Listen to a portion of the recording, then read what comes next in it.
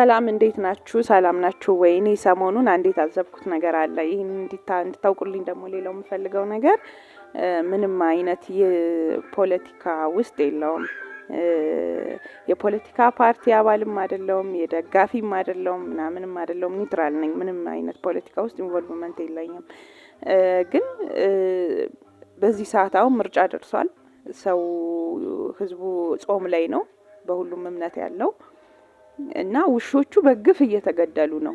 የከተማው ሰውና ውሻ ደግሞ ያለው ቁርኝነት ያው የታወቀ ነው። የረጅም ጊዜ ቁርኝነት ነው ያላቸውና ሰው መንግስትን እንዳይመርጠው ነው ወይስ ህዝብና መንግስት እንዲጋጭ ነው? ለምንድነው እንደዚህ እየተደረገ ያለው? በእርግጠኝነት እኔ ከላይ ያለው አካላት የሚያውቁ አይመስለኝም። አሁን ዶክተር አብይም አዳነች አቤቤም ውሻ እንዳላቸው ሰምቻለሁ። እርግጠኛ ይሁን አይሁን አላውቅም እንጂ እና ከታች ያሉ አካላት ግን በዚህ ምርጫ በደረሰ ሰዓት ጠብቀው እንደዚህ በግፍ እየገደሉ እንደ ዕቃ እንደ ፌስታል ደግሞ አያነሷቸውም። በቃ ህዝቡ በጣም እየተረበሸ ነው። ነገ እኛንም እንደዚህ ነው የሚያደርገን አይነት ሀሳብ ውስጥ ነው ያለውና እነዚህ አካላት ጀርባቸው ቢጠና እላለሁ።